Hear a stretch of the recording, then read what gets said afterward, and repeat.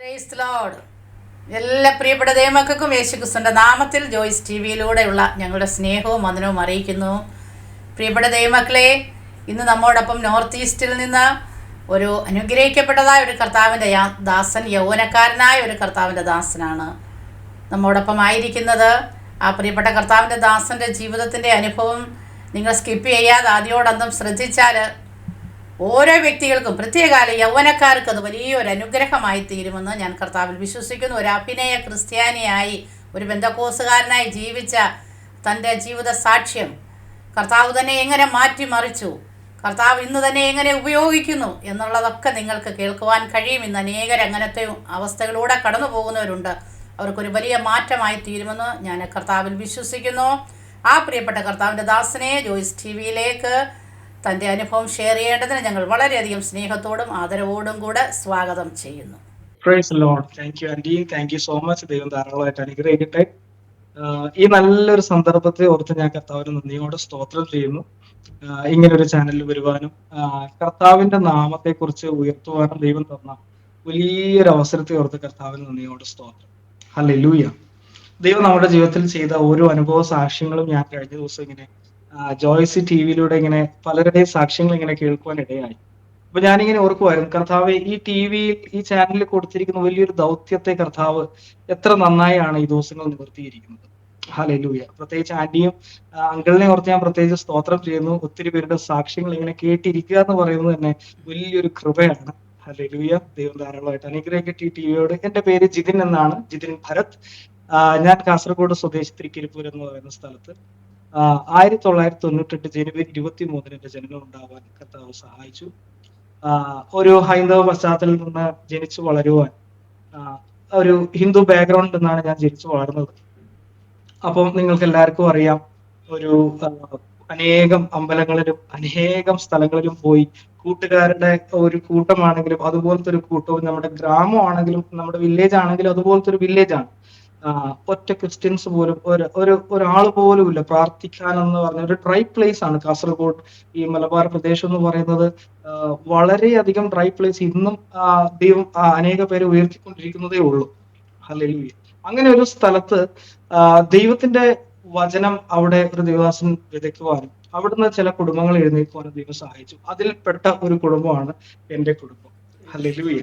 Praise the Lord. കഴിഞ്ഞ ദിവസങ്ങളിൽ ദൈവം അത്ഭുതകരമായിട്ട് നടത്തി. ഓരോ വിധങ്ങളെയും കർത്താവിന്റെ നന്ദിയോടെ സ്തോത്രം ചെയ്യുന്നു. എന്റെ അമ്മയുടെ സാക്ഷ്യങ്ങളൊക്കെ നിങ്ങൾ എല്ലാവരും കേട്ട് കാണും. കഴിഞ്ഞ ദിവസങ്ങളിൽ അമ്മ പറഞ്ഞ പല കാര്യങ്ങളും നിങ്ങൾ പലരും കേട്ട് കാണുമെന്ന് വിശ്വസിക്കുന്നു.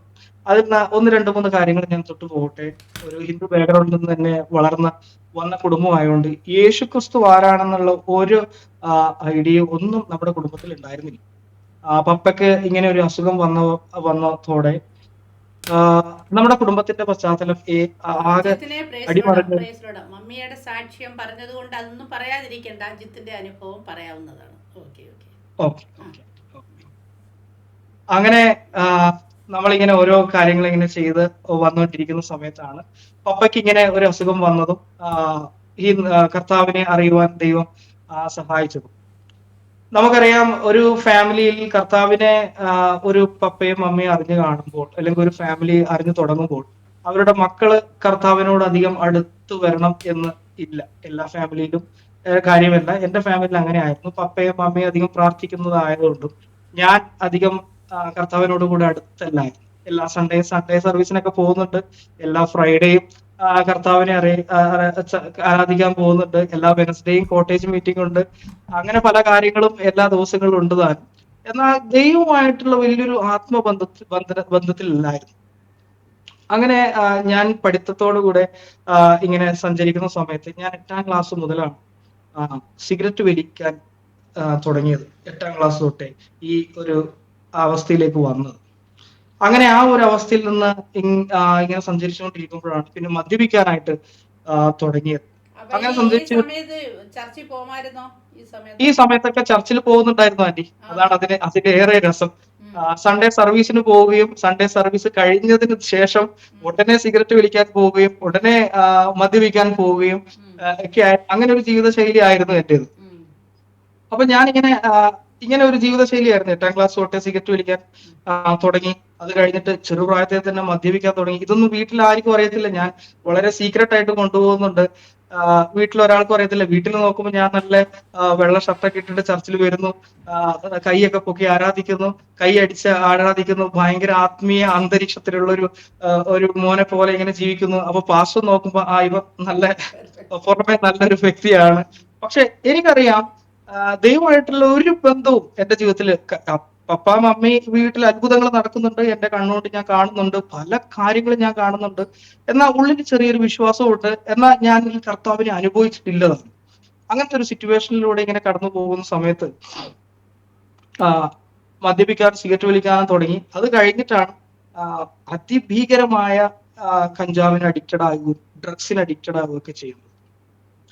ഇതൊക്കെ പഠിച്ചുകൊണ്ടിരിക്കുന്ന സമയത്തും ഞാൻ പറയട്ടെ, ഞാൻ ബാംഗ്ലൂർ പഠിക്കാൻ പോയിരിക്കുന്ന സമയത്തും ഞാൻ ചില സമയത്ത് സൺഡേ, എനിക്ക് മദ്യപിക്കാതെ സൺഡേ സർവീസിന് പോകാൻ പറ്റാത്ത അവസ്ഥയായി. ഞാൻ ചില സമയത്ത് ഈ മദ്യപിച്ചിട്ടായിരിക്കും ചില സമയത്ത് സൺഡേ സർവീസിന് പോയിട്ട് ഇരിക്കുന്നത് പോലും. അപ്പൊ ബാംഗ്ലൂരിൽ എന്തോ പഠിക്കാൻ പോയതാണോ? ബാംഗ്ലൂരിൽ പഠിക്കാൻ പോയതായിരുന്നു. ബാംഗ്ലൂരിൽ മെക്കാട്രോണിക്സ് പഠിക്കാൻ പോയതായിരുന്നു. ബാംഗ്ലൂരിൽ അങ്ങനെ പഠിത്തത്തോടു കൂടെ മെക്കാട്രോണിക്സ് പഠിക്കാനായിട്ട് പോയി, ഡിപ്ലോമ ചെയ്യാനായിട്ട് പോയി.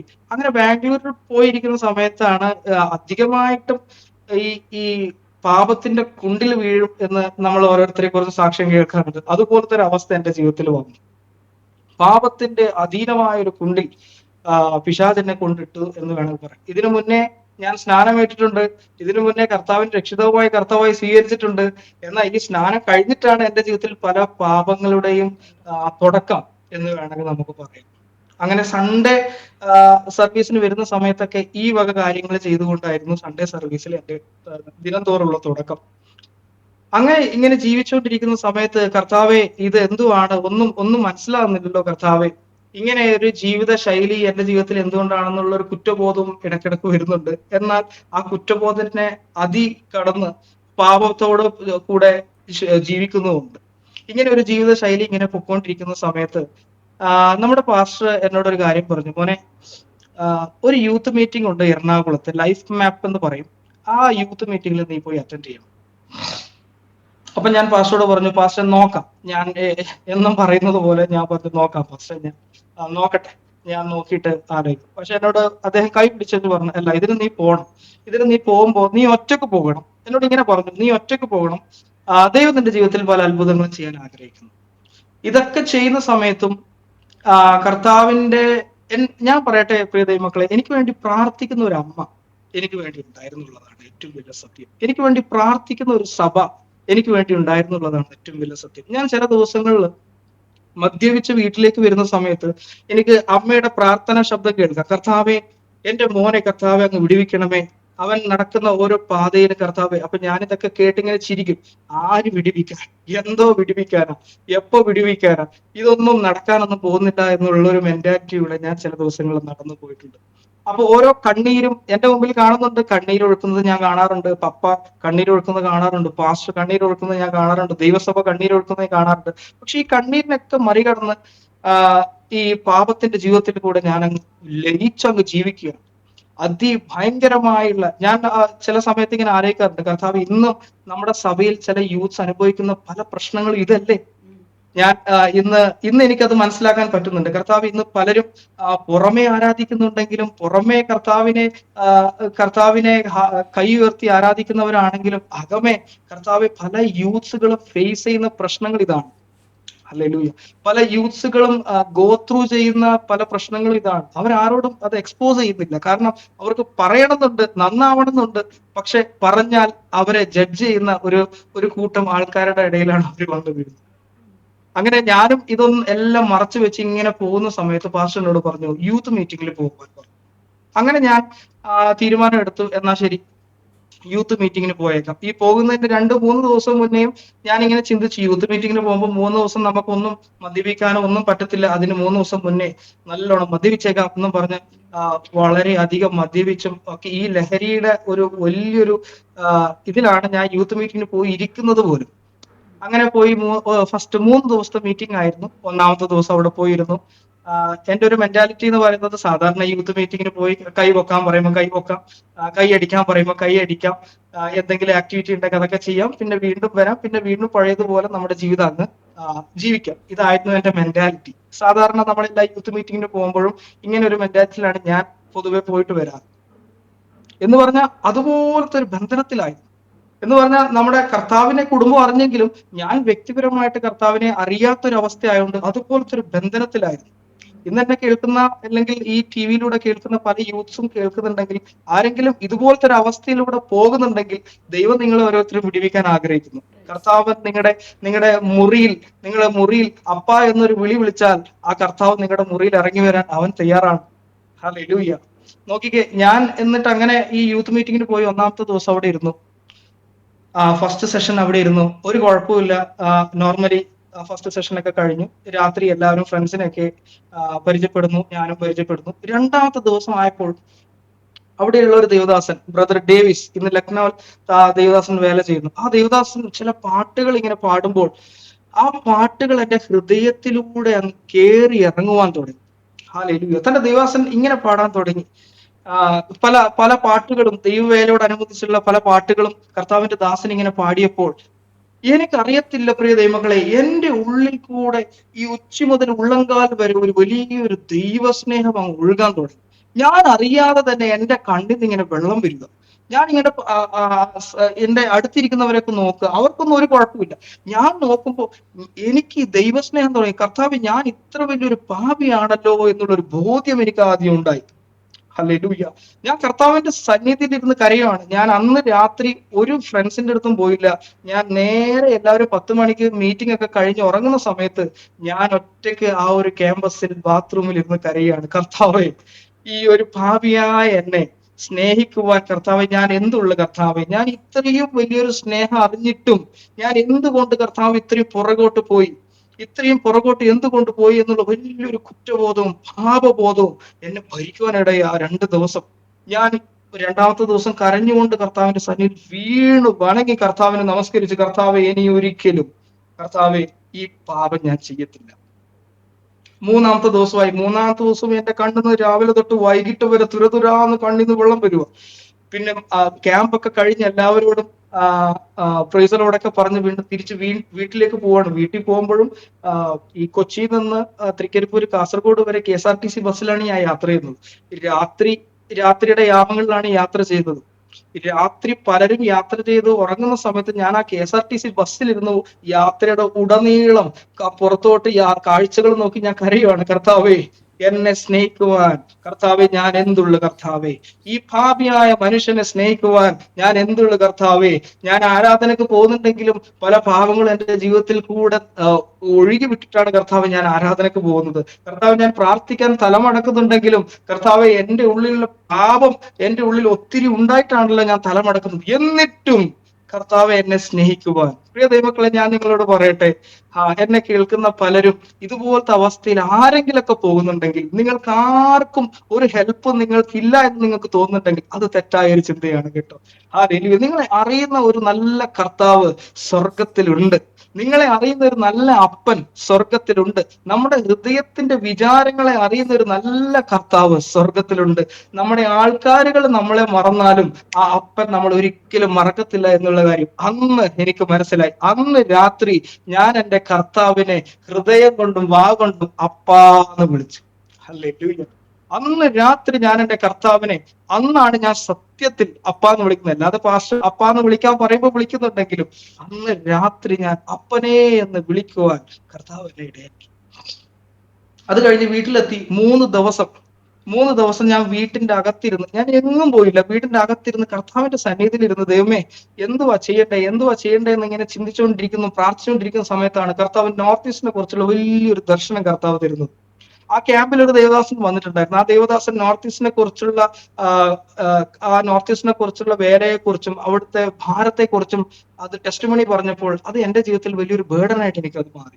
ആ ദേവദാസന്റെ ടെസ്റ്റിമണി എനിക്കൊരു വലിയൊരു ബേർഡനായിട്ട് മാറി. ഞാൻ ഉടനെ തന്നെ ആ ദേവദാസൻ നമ്പർ കളക്ട് ചെയ്തു. ആ ദേവദാസനെ വിളിക്കുവാനായിട്ട്, കർത്താവിന്റെ ദാസനെ, എനിക്ക് നോർത്ത് ഈസ്റ്റിൽ വരണം, എനിക്ക് നോർത്ത് ഈസ്റ്റിനെ കുറിച്ച് വലിയൊരു ബേർഡൻ കർത്താവ് തരുന്നു. എന്നോട് കർത്താവ് പറയുന്നു, നീ എന്റെ വേലയ്ക്ക് വേണ്ടി സമർപ്പിക്കണമെന്ന് കർത്താവ് പറയുന്നു. ഈ ഒരു ശബ്ദം അകത്ത് കേട്ട ഉടനെ ഞാൻ ദേവദാസനെ വിളിച്ച് കാര്യങ്ങളൊക്കെ സംസാരിച്ചു. ആ ദേവദാസന് കാര്യങ്ങളൊക്കെ മനസ്സിലായി. തന്റെ ദേവദാസന് ആത്മാവിൽ ബോധ്യം കിട്ടി. ഇദ്ദേഹം പറയുന്നതിൽ ചില കാര്യങ്ങളുണ്ട്. ഞാൻ അന്ന് കർത്താവിന്റെ സന്നിധിയിൽ തീരുമാനം എടുത്തു. ബസ്സിൽ വരുന്ന സമയത്ത് ഞാൻ കർത്താവിന്റെ സന്നിധിയിൽ തീരുമാനം എടുത്തുകൊണ്ടാ വരുന്നത്. കർത്താവെ, ഞാൻ ഇനി ഇനി ഇനി ഞാൻ ജീവിക്കുന്നുണ്ടെങ്കിൽ, കർത്താവെ, ഈ മദ്യപാനത്തിനായിട്ട് ഞാൻ ജീവിക്കത്തില്ല. ഇനി ഞാൻ ജീവിക്കുന്നുണ്ടെങ്കിൽ ഈ ഡ്രഗ്സിന് അടിമയായിട്ട് ഞാൻ ജീവിക്കത്തില്ല. ഇനി ഞാൻ ജീവിക്കുന്നുണ്ടെങ്കിൽ കർത്താവെ, അങ്ങയുടെ വേലക്കായിട്ട് ഞാൻ ജീവിക്കും.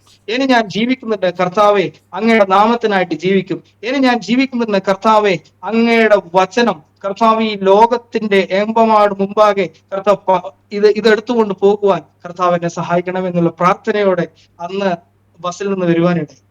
അങ്ങനെ 3 ദിവസത്തെ ഒരു ഒരു ഒരു ഒരു പ്രിപ്പറേഷൻ ദൈവം എന്റെ ജീവിതത്തിൽ തന്നു. വീട്ടിൽ ചെന്ന് അധികം ഭക്ഷണമൊന്നും കഴിക്കുന്നില്ല, ഒന്നും അറിയത്തില്ല, എന്താ സംഭവിച്ചതെന്ന് എനിക്ക് തന്നെ അറിയത്തില്ല. എല്ലാം കൊണ്ടൊരു മാറ്റം ദൈവം എന്റെ ജീവിതത്തിൽ ഒരുക്കുവാനിടയായി. ആ ദേവദാസൻ പറഞ്ഞു, ഒട്ടും വൈകിക്കേണ്ട, ടിക്കറ്റ് എടുത്തോളൂ, ആസാമിലേക്ക് വന്നോളൂ. ആ ദേവദാസനും പറഞ്ഞു. അങ്ങനെ ഒട്ടും വൈകിട്ടില്ല, തത്കാലം ടിക്കറ്റ് എടുത്തു.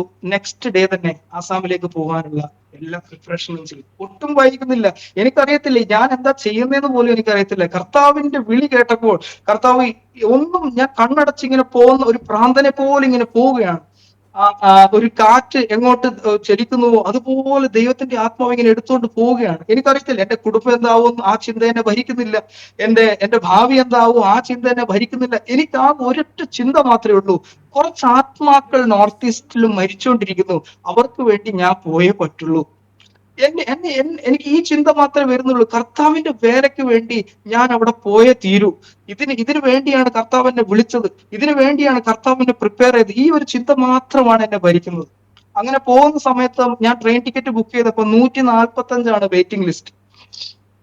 കർത്താവിനോട് പ്രാർത്ഥിച്ചു, ദൈവമേ, ഞാൻ ഇപ്പോൾ വീട്ടിൽ നിന്ന് ഇറങ്ങുന്നത് കർത്താവിന്റെ വേലയ്ക്ക് വേണ്ടിയാണ്. അന്ന് ഞാൻ വീട്ടിൽ നിന്ന് രാവിലെ എഴുന്നേറ്റ് നോക്കുമ്പോഴും 145 വെയിറ്റിംഗ് ലിസ്റ്റ്. അന്ന് ഞാൻ ഫെബ്രുവരി മാസം 2020 ഫെബ്രുവരി മാസം 7-ാം തീയതിയാണ് ഞാൻ വീട്ടിൽ നിന്ന് ഇറങ്ങുന്നത്. ഈ ഫെബ്രുവരി 7-ാം മാസമായാൽ ദൈവത്തിന്റെ കൃപയാൽ 6 വർഷം ദൈവം ആസാമിൽ നിർത്തുവാൻ ദൈവം ഇടയാക്കി എന്നുള്ളതാണ്. Praise the Lord. അങ്ങനെ ആ 7-ാം തീയതി രാവിലെ ഞാൻ ട്രെയിൻ ബുക്ക് ചെയ്ത് ഒരു ഉച്ചയോടുള്ള ട്രെയിൻ, 2 മണി 3 മണിയോടുള്ള ട്രെയിൻ ബുക്ക് ചെയ്തിട്ട് ആസാമിലേക്ക് വരുന്ന സമയത്ത് രാവിലെ ഞാൻ എഴുന്നേറ്റ് നോക്കിയപ്പോഴും ഈ വെയിറ്റിംഗ് ലിസ്റ്റ് 145 അങ്ങനെ കിടപ്പുണ്ട്. അപ്പൊ ഞാൻ കർത്താവിനോട് പറഞ്ഞു, ദൈവമേ, ഞാൻ ഈ പോകുന്നത് ഒരു വിവാഹ ചടങ്ങിനോ അല്ലെങ്കിൽ എന്റെ കൂട്ടുകാരുടെ അടുത്തോ ഒന്നുമല്ല. ഞാൻ പോകുന്നത് കർത്താവെ, അങ്ങയുടെ വേലയ്ക്ക് വേണ്ടിയാണ്. കർത്താവ്, ഞാൻ പോകുന്നത് അങ്ങയുടെ വേലയ്ക്ക് വേണ്ടി. ഈ ടിക്കറ്റ് കൺഫേം ആക്കി തരണം. ഇത് കർത്താവ്, ഞാൻ എന്റെ ജീവിതത്തിൽ അങ്ങ് വിളിച്ചു എന്നുള്ള വലിയൊരു സൈൻ ആയിട്ട് ഞാൻ അത് ഏറ്റെടുക്കും.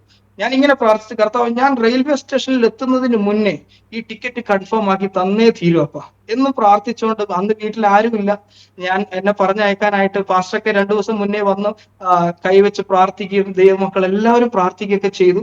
അന്ന് ആ പർട്ടിക്കുലർ ദിവസം ഞാൻ ഒറ്റയ്ക്കാണ് വീട്ടിൽ നിന്ന് ഇറങ്ങുന്നത്. എൻ്റെ ഒരു ഫ്രണ്ട് അഭിജിത്ത് എന്ന് പറയും, അവന്റെ ബുള്ളറ്റുമായിട്ട് വന്നു, എന്നെയും കൂട്ടി ഒരു ചെറിയ ബാഗില് ഒരു 4 പാന്റും ഒരു 3-4 ഷർട്ടും ഒരു കമ്പിള് പുതപ്പും എന്ന് വേണ്ട കുറച്ച് സാധനങ്ങൾ മാത്രം എടുത്തുകൊണ്ട് കർത്താവിന്റെ വേലയ്ക്ക് വേണ്ടി യാത്ര ചെയ്ത ആ ദിവസം ഞാൻ ഇന്ന് ഓർക്കുന്നു.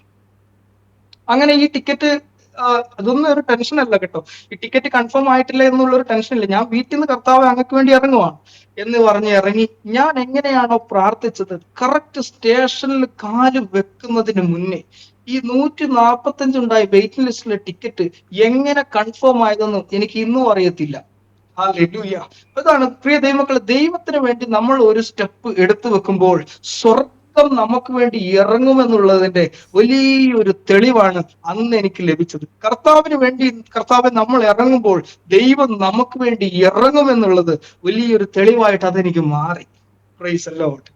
ആ ടിക്കറ്റ് കൺഫേം ആയപ്പോൾ ഞാൻ ഒരു കുഞ്ഞിനെ പോലെ അവിടെ നിന്ന്, ദൈവമേ, ഈ ഒരു അത്ഭുതം എന്റെ ജീവിതത്തിൽ, ഇടയായ എന്റെ കർത്താവേ, ഈ ഒരു പ്രാർത്ഥിച്ച ഒരു ഉത്തരം. അന്നാണ് ഞാൻ ജീവിതത്തിൽ പ്രാർത്ഥിച്ച് ഒരു ഉത്തരം ലഭിക്കുന്നത്.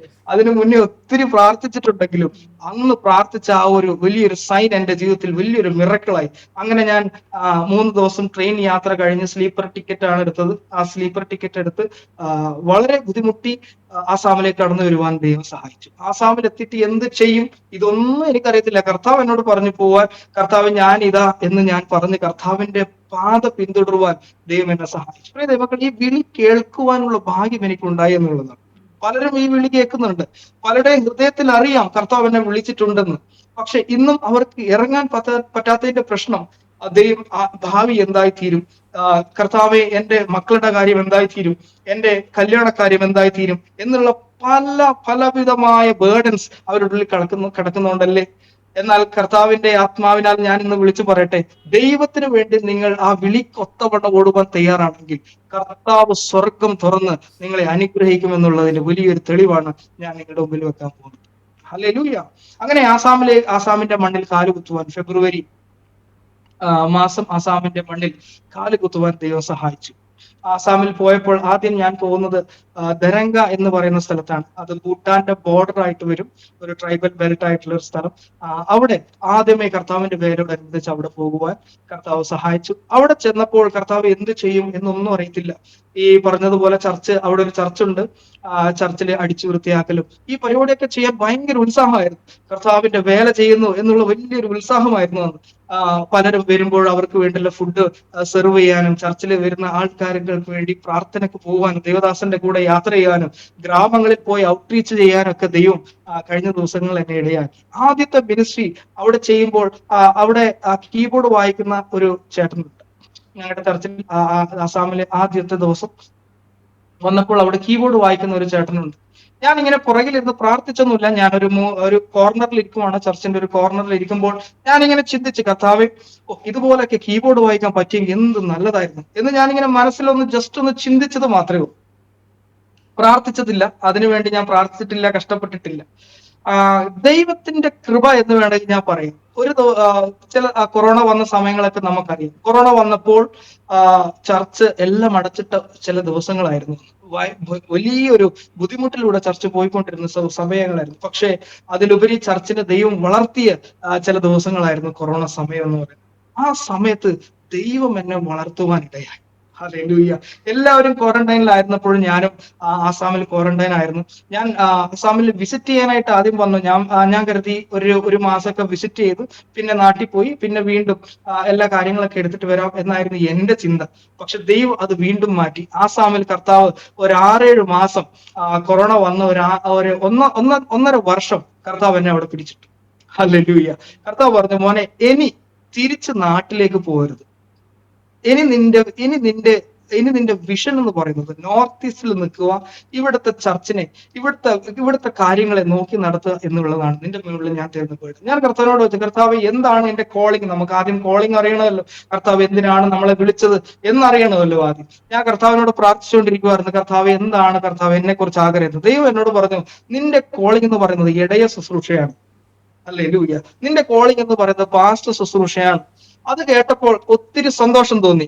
അപ്പൊ ഞാൻ ആ കോളിങ്ങിനനുസരിച്ച് ഈ ദിവസങ്ങൾ ഓടുവാൻ ദൈവം എന്നെ സഹായിച്ചുകൊണ്ടിരിക്കുന്നു.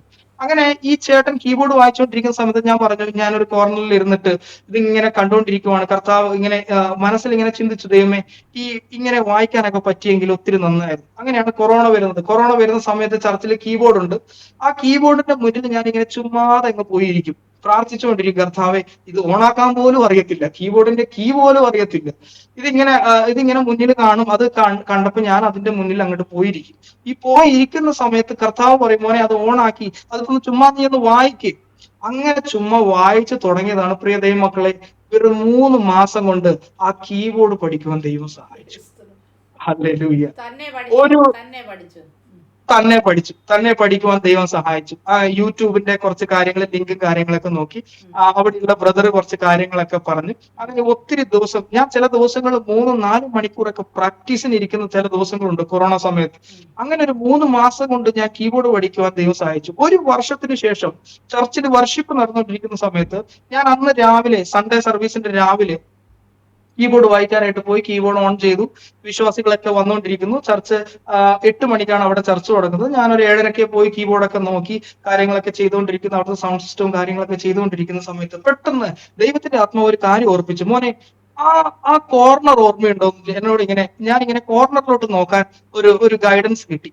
അങ്ങനെ ഞാൻ കോർണറിലോട്ട് നോക്കുന്ന സമയത്ത് ഒരു കാര്യം ഒരു വർഷത്തിന് മുന്നേ ഞാൻ ചിന്തിച്ച ഒരു കാര്യം കർത്താവിന്റെ ആത്മാവ് ഓർമ്മിപ്പിച്ചു.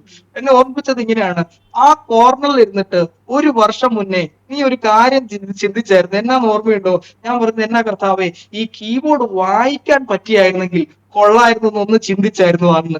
ഇന്ന് എവിടെയാ നിൽക്കുന്നതെന്ന് കർത്താവിന്റെ ആത്മാവ് ഹൃദയത്തിൽ ചോദിച്ചപ്പോൾ ഞാൻ ഈ വിശ്വാസികളൊക്കെ വരുന്നതിന് മുന്നേ കരഞ്ഞ് കർത്താവിന്റെ സന്നിധിയിൽ, ദൈവമേ, കർത്താവെ നന്ദി അപ്പാ, കർത്താവെ, ഒരു യോഗ്യതമില്ലാത്ത എന്നെ, കർത്താവെ, ഇങ്ങനെ അഡിക്ഷൻ ആയിട്ടിരിക്കുന്ന എന്നെ പിടിച്ച് കർത്താവെ ഇന്ന് ഒരു വർഷിപ്പ് ലീഡറായിട്ട് കർത്താവ് ഈ ചർച്ചിൽ നിർത്തുവാൻ ഒരു യോഗ്യതമില്ലല്ലോ കർത്താവെ എന്നിങ്ങനെ പ്രാർത്ഥിക്കുവാനിടയായി.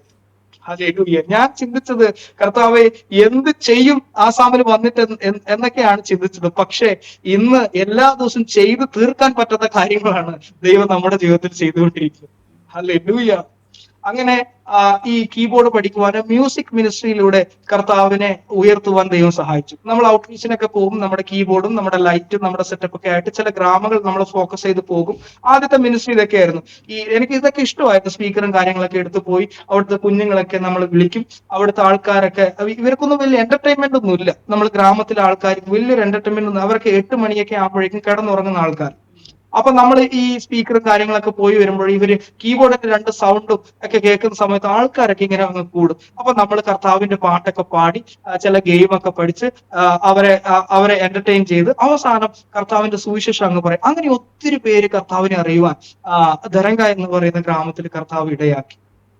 പിന്നെ അവിടെ ചെയ്തുകൊണ്ടിരുന്ന ഒരു മിനിസ്ട്രി ആയിരുന്നു മെഡിക്കൽ മിനിസ്ട്രി. അവിടെ ഫ്രീ മെഡിക്കൽ ക്ലിനിക് ഉണ്ടായിരുന്നു. അങ്ങനെ അവിടെ ഒരു ആന്റി ഉണ്ട്, ആന്റി നേഴ്സ് ആയിരുന്നു. ആ ആന്റി ഫ്രീ മെഡിക്കൽ ക്ലിനിക് എന്ന് പറയുന്ന ഒരു സെറ്റപ്പ് അവിടെ തുടങ്ങി. അങ്ങനെ വരുന്ന ഒത്തിരി ആൾക്കാർ, ഗ്രാമത്തിൽ നിന്ന് പൈസ ഇല്ലാതെ വരുന്നവരും ഒത്തിരി ആൾക്കാർ അവിടെ വന്നിട്ട് നമ്മുടെ ഫ്രീ ആയിട്ട് കിട്ടുന്ന മെഡിസിൻ ഒക്കെ മേടിച്ചു പോകും. നമ്മൾ മെഡിസിൻ കൊടുക്കുന്നതിലല്ല, ഈ മെഡിസിൻ നമ്മൾ പ്രാർത്ഥിച്ചാ കൊടുക്കുന്നത്. നമുക്ക് പോലും അറിയത്തില്ല കർത്താവ് ഇവരെങ്ങനെയാ സൗഖ്യമാവുന്നത്.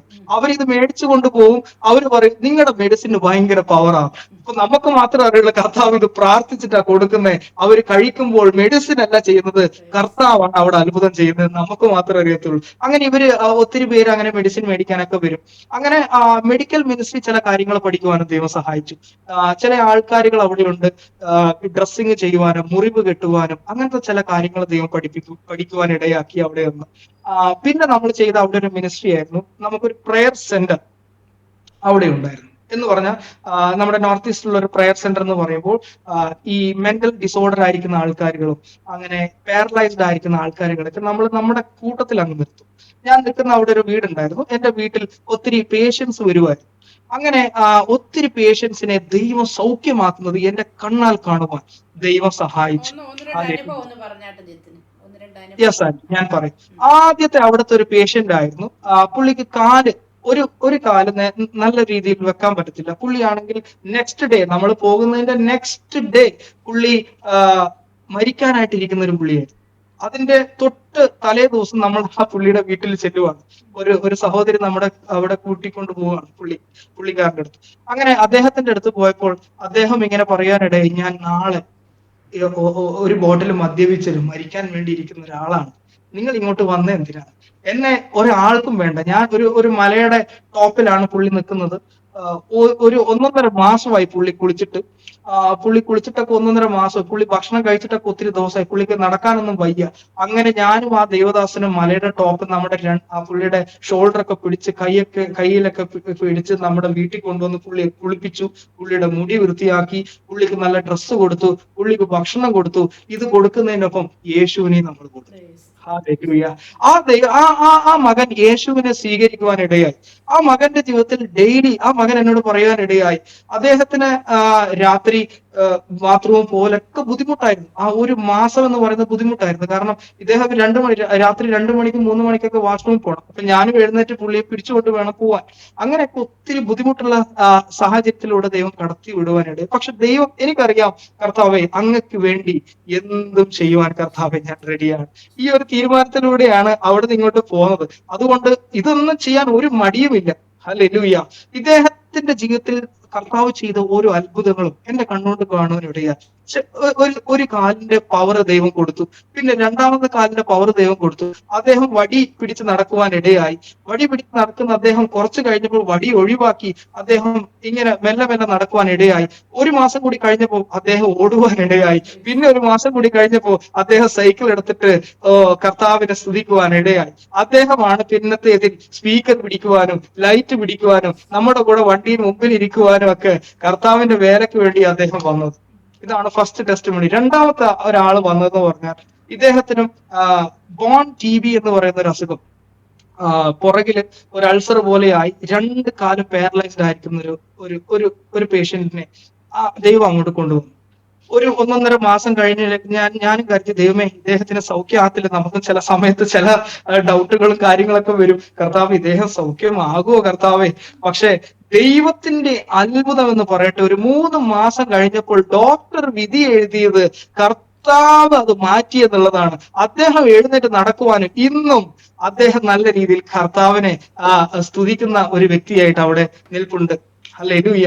അങ്ങനെ ഒത്തിരി പേഷ്യൻസ് വരുവാനും അത്ഭുതകരമായി സൗഖ്യം അവിടെ നടത്തുവാനും, ചില സൺഡേ സർവീസ് ഒക്കെ അവിടെ എന്ന് പറയുമ്പോൾ നമ്മൾ അവിടെ ആദ്യം ശുശ്രൂഷ തുടങ്ങിയപ്പോൾ ഒരു 7-8 പേര് മാത്രമുള്ള ഒരു സഭയായിരുന്നു.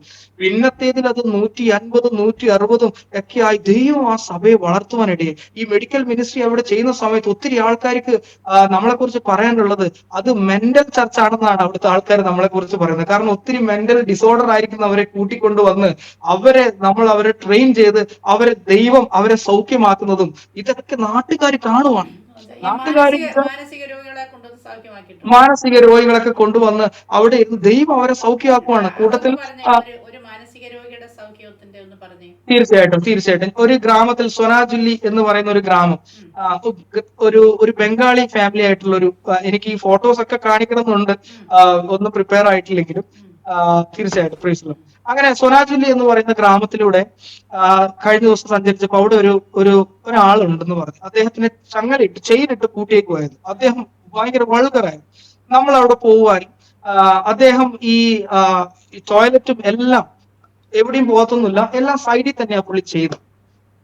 ഇദ്ദേഹത്തിന് അറിയത്തില്ല, ടോയ്ലറ്റ് പോകുന്ന സമയത്തൊന്നും ഇദ്ദേഹത്തിന് അറിയത്തില്ല. അപ്പൊ മുറിയിലല്ല, പുള്ളിയെ ഒരു പട്ടിക്കൂട്ടിൽ ഇട്ടേക്കുന്ന പോലെയായിരുന്നു. നമ്മുടെ അദ്ദേഹത്തിന്റെ വീട്ടിൽ പോകും, വീട്ടുകാർക്ക് പോലും അദ്ദേഹത്തിന് വേണ്ട. അങ്ങനെ പുള്ളിയുടെ അവിടെ പോയി ദേവദാസനും നമുക്ക് എല്ലാവർക്കും ഒരു വലിയൊരു ബേർഡൻ വന്ന് പുള്ളിയെ എടുത്തു കൊണ്ടുവരും. അങ്ങനെ പുള്ളിയെ ചെയിൻ ഊരി കർത്താവിന്റെ നാമത്തിൽ പുള്ളിക്ക് വേണ്ടി പ്രാർത്ഥിച്ച് അദ്ദേഹത്തിന് നമ്മുടെ വീട്ടിലേക്ക് എടുത്തു കൊണ്ടുവരികയായിരുന്നു. അങ്ങനെ പുള്ളി എടുത്തു കൊണ്ടുവന്നപ്പോൾ ആദ്യത്തെ ദിവസങ്ങളൊക്കെ ഇത് തന്നെയായിരുന്നു. പുള്ളിക്ക് അറിയത്തില്ല, ഈ ടോയ്ലറ്റ് പോകുന്ന സമയത്തൊക്കെ പുള്ളിക്ക് ഒന്നും അറിയത്തില്ല. എനിക്ക് എല്ലാ ദിവസവും ഡ്യൂട്ടി ഇതാണ്. പുള്ളി അവിടെ ഇവിടങ്ങളിലൊക്കെ ആയിട്ട് കാര്യം സാധിക്കും, എനിക്കിത് പുറകെ പോയി ഇതൊക്കെ ക്ലീൻ ചെയ്യലായിരുന്നു ആദ്യത്തെ 1 മാസത്തെ ഡ്യൂട്ടിയൊക്കെ. പക്ഷെ കൃപയാൽ അതൊക്കെ ചെയ്യുവാൻ പ്രിയ ദൈവമക്കളെ ദൈവം സഹായിച്ചു എന്നുള്ളതാണ്. ഹല്ലേലൂയ. അതിനൊന്നും ഒരു വെറുപ്പ് ഇന്ന് വരെ കർത്താവ് തന്നിട്ടില്ല എന്നുള്ള, അതൊക്കെ സന്തോഷത്തോടെ കർത്താവിന് വേണ്ടി ചെയ്യുവാൻ ദൈവം നമുക്ക് വേണ്ടി ചെയ്തത് ഓർത്താൽ ഇതൊന്നും ചെയ്യുന്നതിൽ നമുക്ക് പൗലോസ് പറഞ്ഞതുപോലെ സുവിശേഷത്തെ കുറിച്ച് എനിക്ക് ഒരു ലജ്ജയും ഇല്ല എന്ന് പറയുന്നത് പോലെ ഹല്ലേലൂയ, ഇതൊന്നും ചെയ്യുവാൻ ഒരു ലജ്ജയും കൂടാതെ കർത്താവിന് വേണ്ടി ഇതൊക്കെ ചെയ്യുവാൻ, സന്തോഷകരമായി ഇതൊക്കെ ചെയ്യാൻ ഇടയായി. അങ്ങനെ പുള്ളി 3-4 മാസം നമ്മുടെ കൂടെ ഇരുന്ന് ഇദ്ദേഹത്തിന് ഒരു സൗഖ്യം ഒന്നും പറ്റുന്നില്ല. ഇദ്ദേഹം ഫുഡ് കഴിക്കുന്നുണ്ട്, കാര്യങ്ങളൊക്കെ നടത്തുന്നുണ്ട്. പിന്നെ പുള്ളിക്ക് വേണ്ടി നമ്മൾ സ്പെഷ്യൽ സെറ്റപ്പ് ഒക്കെ ചെയ്തായിരുന്നു. പുള്ളി വാഷ്റൂമിലൊക്കെ പോകാനുള്ള സ്പെഷ്യൽ സെറ്റപ്പ് 2 ആൾക്കാർ പിടിച്ചിട്ടൊക്കെ പുള്ളിയെ പോയി അവിടെ ഇരുത്തും. പിന്നെ നമ്മൾ വാഷ്റൂം ക്ലീൻ ചെയ്താൽ മതി, അങ്ങനെയുള്ള സെറ്റപ്പ് ഒക്കെ നമ്മൾ അന്ന് ചെയ്തായിരുന്നു. അങ്ങനെ ഇദ്ദേഹം ഒരു 5-6 മാസം കഴിഞ്ഞപ്പോഴേ നമ്മളൊരു ഡോക്ടറെ ഇദ്ദേഹത്തിനെ കൊണ്ട് കാണിച്ചു. ആ ഡോക്ടർ വീഡിയോ കോൾ വഴി പുള്ളിയോട് ഇന്ന പ്രശ്നമാണെന്ന് പറഞ്ഞു. അപ്പൊ പുള്ളി തന്നെ പുള്ളിയുടെ മെഡിസിൻ ഇങ്ങോട്ട് അയച്ചു തന്നു. പുള്ളി മെഡിസിൻ കഴിക്കുകയും കൂട്ടത്തിൽ നമ്മുടെ പ്രാർത്ഥിക്കുകയും ചെയ്തപ്പോൾ പുള്ളിക്ക് അത്ഭുതകരമായ സൗഖ്യം ദൈവം കൊടുത്തു എന്നുള്ളതാണ്. 6 മാസം കഴിഞ്ഞപ്പോ എനിക്ക് തന്നെ അത്ഭുതം. ഇദ്ദേഹം പിന്നത്തേതിൽ ഞാൻ കാണുന്നത് പുള്ളി നല്ല ഷർട്ട്, ഈ ഫുൾ സ്ലീവ് ഷർട്ടൊക്കെ ഇട്ട് ഈ ബൈബിളും പിടിച്ചുകൊണ്ട് ചർച്ചിൽ വന്നിരിക്കുന്നതാണ് ഹല്ലേലൂയ പിന്നത്തേതിൽ നമുക്ക് കാണുവാൻ സാധിക്കുന്നത്. അങ്ങനെ ഇപ്പൊ മെഡിസിൻ ഒന്നുമില്ല. ഇപ്പൊ പുള്ളി പൂർണ്ണമായ സൗഖ്യത്തോടെ തന്റെ ഭവനത്തിലായിരിക്കുന്നു എന്നുള്ളത്.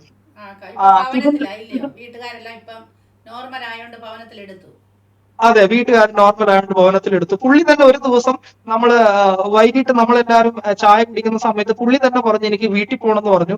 പുള്ളി തന്നെ പുള്ളി ഡ്രസ്സ് എടുത്തിട്ട് പുള്ളി ഒറ്റയ്ക്ക് തന്നെ വീട്ടിലേക്ക് നടന്നു പോയി. ഹല്ലേലൂയ. നമ്മൾ കൊണ്ടുപോകാനൊന്നുമില്ല, പുള്ളി തന്നെ ഒറ്റയ്ക്ക് നടന്നുപോയി. നമ്മൾ എന്നിട്ട് പുറകെ പോയിട്ട് പുള്ളി വീട്ടിലെത്തിയോ എന്ന് കൺഫേം ചെയ്തിട്ടാണ് വീണ്ടും നമ്മൾ തിരിച്ചു വന്നത്.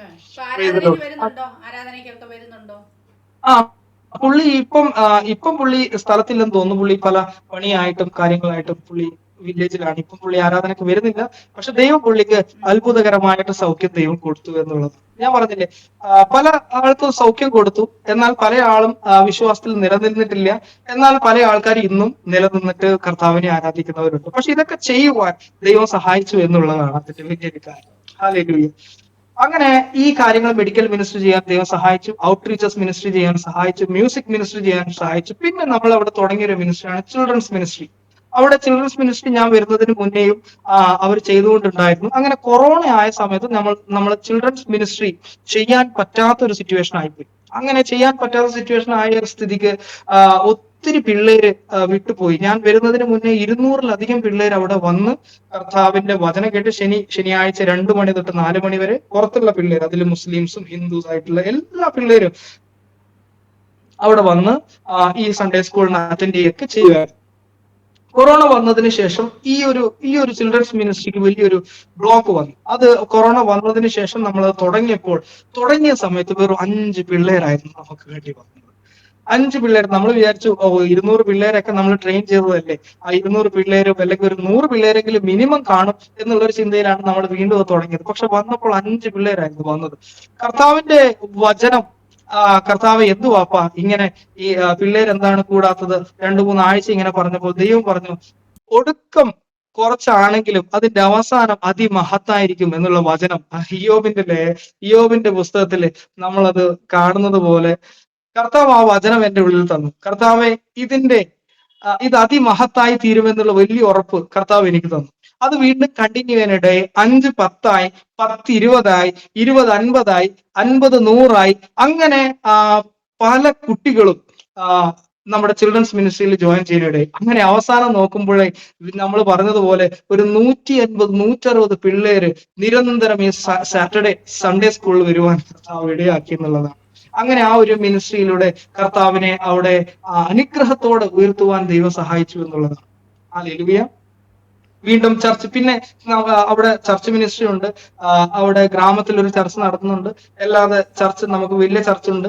ആ ചർച്ചിലൊക്കെ ദൈവം ഒരു 4-5 വർഷമായിട്ട് കർത്താവിനെ സ്തുതിക്കുവാനും വർഷിപ്പ് ചെയ്യുവാനും വചനം സംസാരിക്കുവാനും. ഞാൻ ഈ വചനം എടുക്കുമ്പോൾ കയ്യും കാലും വരക്കുന്ന ഒരു ABCD പോലും അറിയത്തില്ല. പാസ്റ്റർ പറയുന്ന വചനം അതുപോലെ കൈയടിച്ച് സ്വീകരിക്കുന്നല്ലാതെ ഈ വചനം നമുക്ക് പ്രസംഗിക്കുവാനോ അല്ലെങ്കിൽ ഇതുപോലെ ഈ ഓൺലൈൻ മീറ്റിംഗിൽ പ്രസംഗിക്കുന്ന കാര്യം നമുക്ക് ചിന്തിക്കാൻ പോലും പറ്റാത്തൊരു കാര്യമാണ്. കയ്യും കാലും ഈ അന്നും വിറക്കും ഇന്നും വിറക്കും. ഹല്ലേലൂയ. അതുപോലത്തെ ഒരു സിറ്റുവേഷൻ. പക്ഷെ ദൈവം, പ്രിയ ദൈവമക്കളെ, ദൈവം വിളിച്ചപ്പോൾ ഒരു പാക്കേജ് സിസ്റ്റം ആയിട്ടാണ് ദൈവം വിളിച്ചത്. നിനക്ക് ശുശ്രൂഷ ചെയ്യേണ്ട സമയത്ത് വേണ്ട കൃപ ഞാൻ നിനക്ക് അതത് സമയത്ത് ഞാൻ നിനക്ക് തരും. എന്താണ് ചെയ്യേണ്ടത് അത് അതത് സമയത്ത് നീ ചെയ്യേണ്ട കൃപ ഞാൻ നിനക്ക് തരും. പൗലോസ് പറയുന്നത്, കർത്താവ് അങ്ങയുടെ കൃപ എനിക്ക് മതി എന്ന് പറയുന്നത് പോലെ കർത്താവിന്റെ കൃപ എന്റെ മേൽ ഉള്ളത് കൊണ്ട് കർത്താവിന്റെ ശുശ്രൂഷയിൽ ഈ ദിവസങ്ങളിലൊക്കെ ചെയ്തു വരുവാൻ ദൈവം സഹായിച്ചു എന്നുള്ളത്. ഞാൻ ആദ്യം ആസാമിൽ വന്നപ്പോൾ ഞാൻ ഫേസ് ചെയ്ത ഒരു വലിയൊരു ചാലഞ്ച് ആയിരുന്നു. എന്നും ബെഡഡ് ആയിരുന്നു. ശുശ്രൂഷയ്ക്ക് വന്നു. ശുശ്രൂഷയ്ക്ക് വരുന്നതിന് മുന്നേ എന്റെ വീട്ടിൽ ഞാൻ പറഞ്ഞു, ഞാൻ വീട്ടിൽ നിന്ന് ഇറങ്ങുന്ന സമയത്ത് വീട്ടിൽ ആരും ഇല്ലായിരുന്നു. പ്രാർത്ഥിച്ച് ഞാൻ ഒറ്റയ്ക്ക് തന്നെയാണ് കർത്താവിന്റെ വേലയ്ക്ക് വേണ്ടി ഇറങ്ങുന്നത്. മമ്മി എല്ലാ ദിവസവും അവിടെ ഒരു വൈറ്റ് ബോർഡ് ഉണ്ട്. വൈറ്റ് ബോർഡിൽ എല്ലാ ദിവസവും രാവിലെ എഴുന്നേറ്റ് പല വചനങ്ങളും എഴുതി വെക്കും. ഞാൻ ഇത് നോക്കാറൊന്നുമില്ല, കാരണം വചനങ്ങൾ കാര്യങ്ങളൊന്നും ഞാൻ നോക്കാറില്ല. പക്ഷെ അന്ന് ഞാൻ ആ വീട്ടിൽ നിന്ന് ഇറങ്ങുന്ന സമയത്ത് ഞാൻ ആ വൈറ്റ് ബോർഡ് എന്റെ ശ്രദ്ധയിൽപ്പെട്ടു. ആ വൈറ്റ് ബോർഡിൽ എഴുതിയ വചനം ഇതാണ്. അപ്പോസ്തല പ്രവൃത്തി 20-ാം അധ്യായത്തിന്റെ 24-ാമത്തെ വാക്യം. എങ്കിലും ഞാൻ എന്റെ പ്രാണനെ വിലയേറിയതായി എണ്ണുന്നില്ല, എന്റെ ഓട്ടവും ദൈവകൃപയുടെ സുവിശേഷത്തിന് സാക്ഷ്യം പറയേണ്ടതിന് കർത്താവായ യേശു തന്ന ശുശ്രൂഷ തികയ്ക്കണമെന്നേ എനിക്കുള്ളൂ. ഈ വചനം ഈ വചനം വായിച്ച് എനിക്കറിയത്തില്ല പ്രിയ ദൈവമക്കളെ, ഇതെല്ലാം ദൈവത്തിന്റെ ആത്മാവ് ചെയ്യുന്ന പല കാര്യങ്ങളാണ്. ഞാൻ ഒരു കാരണവശാലും ആ വൈറ്റ് ബോർഡ് ശ്രദ്ധിക്കുന്ന കൂട്ടത്തിലല്ല ഞാൻ. പക്ഷെ അന്ന് ഞാൻ ആ ഡോർ ക്ലോസ് ചെയ്ത സമയത്ത് എനിക്ക് ഇന്ന് ഓർമ്മയുണ്ട്, ഞാൻ ആ ഡോർ ക്ലോസ് ചെയ്ത് 1/4 ഭാഗമായപ്പോൾ ഈ വൈറ്റ് ബോർഡിൽ വചനം ഞാൻ കണ്ടു. ഞാൻ എന്നിട്ട് ഡോറ് തുറന്നിട്ട് ആ വൈറ്റ് ബോർഡിൽ പോയപ്പോൾ ഈ വചനം കണ്ടപ്പോൾ വീണ്ടും കണ്ണുനീര് തുരതുരാന്ന് വരാൻ തുടങ്ങി. കർത്താവേ, ഈ വചനം എനിക്ക് വേണ്ടി എഴുതിയ വചനമാ, ഈ വചനത്തിൽ പറഞ്ഞ ആ ശുശ്രൂഷ അത് തികയ്ക്കണമെന്നേ എനിക്കുള്ളൂ എന്ന് പറഞ്ഞ് ഡോർ ക്ലോസ് ചെയ്തിട്ടാണ് ആസാമിലേക്ക് അവിടെ നിന്ന് തിരിക്കുന്നത്. Praise Lord. അങ്ങനെ ശുശ്രൂഷകൾ ആരംഭിച്ചു. ഓരോ കാര്യങ്ങളും ദൈവം ചെയ്യുവാൻ കർത്താവ് സഹായിച്ചു.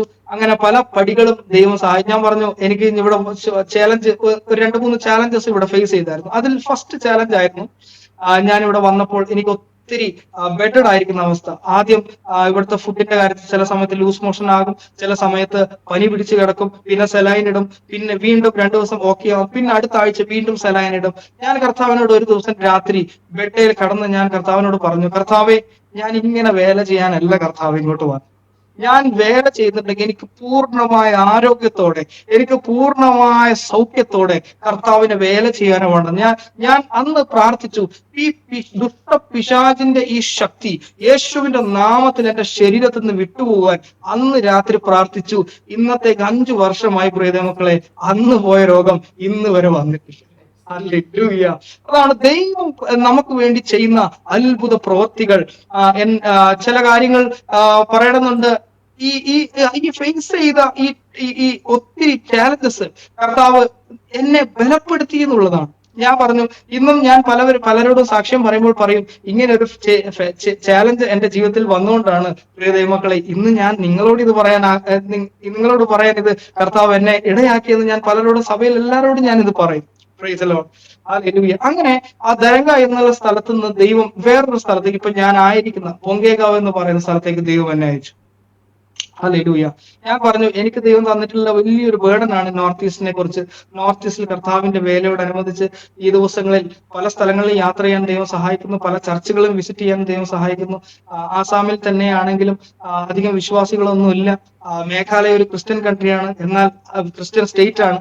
അതിനായ വിശ്വാസികളൊന്നും അവിടെ ഇല്ല. അരുണാചൽ പ്രദേശ് ഉണ്ട്. ഈ നോർത്ത് ഈസ്റ്റ് മുഴുവനും 7 സ്റ്റേറ്റ് ആണ്. 7 സിസ്റ്റേഴ്സ് എന്ന് പറയും. അരുണാചൽ, ആസാം, മിസോറാം, ത്രിപുര, അതുപോലെ തന്നെ മേഘാലയ, മണിപ്പൂർ എന്ന് പറയുന്ന ഈ 7 സ്റ്റേറ്റുകൾ ഒന്നിച്ചുള്ളതാണ് നോർത്ത് ഈസ്റ്റ് എന്ന് പറയുന്നത്. ഈ നോർത്ത് ഈസ്റ്റില് പല സ്റ്റേറ്റുകളും ക്രിസ്ത്യൻ സ്റ്റേറ്റുകളാണ്. എന്നാൽ ഞാൻ ഇപ്പോൾ ആസാം ക്രിസ്ത്യൻ സ്റ്റേറ്റ് അല്ല. ഈ ക്രിസ്ത്യൻ സ്റ്റേറ്റ് എന്ന് പറയുമ്പോൾ നമുക്ക് ചിന്തിക്കുന്ന നല്ല ആത്മീയ കൂട്ടായ്മയുള്ള അങ്ങനെയൊന്നുമല്ല. എല്ലാവരും പലവിധമായ ബേർഡൻസുകളിൽ കിടക്കുന്ന കൂട്ടത്തിലാണ്. അങ്ങനെ ഒരു ബേർഡനാണ് കർത്താവ് ഈ നോർത്ത് ഈസ്റ്റിനെ കുറിച്ച് എനിക്ക് തന്നത് പ്രിയ മക്കളെ.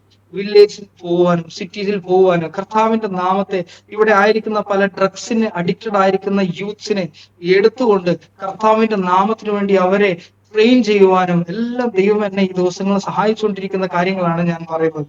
ഇവിടെ വന്നപ്പോഴും ഈ ബൊങ്കേഗാവ് എന്ന് പറഞ്ഞാൽ, ആദ്യമേ പറഞ്ഞു, ഞാൻ ഇപ്പോൾ നിൽക്കുന്ന സ്ഥലം ബൊങ്കേഗാവാണ്. ഈ ബൊങ്കേഗാവിൽ വന്നപ്പോഴും കർത്താവ് എന്ത് ചെയ്യും അപ്പ എന്നിങ്ങനെ ചിന്തിച്ചുകൊണ്ടിരിക്കുമ്പോഴാണ് കർത്താവ് ഇവിടെ ഒരു ചർച്ചിന്റെ അസിസ്റ്റന്റ് പാസ്റ്ററായിട്ട് കർത്താവ് ഇവിടെ ട്രെയിൻ ചെയ്തുകൊണ്ടിരിക്കുന്നത്. ഇവിടുത്തെ സഭയിൽ ഒരു പാസ്റ്ററെ അസിസ്റ്റ് ചെയ്യുവാൻ കർത്താവ് ഈ ദിവസങ്ങൾ സഹായിച്ചുകൊണ്ടിരിക്കുന്നു. ഇവിടുത്തെ യൂത്ത്സിനെ, ഇവിടെ വന്നപ്പോൾ വലിയ കണക്ഷൻ ഒന്നുമില്ല, ഒരു യൂത്ത്സുമായിട്ട് ഒരു കണക്ഷനും ഇല്ല.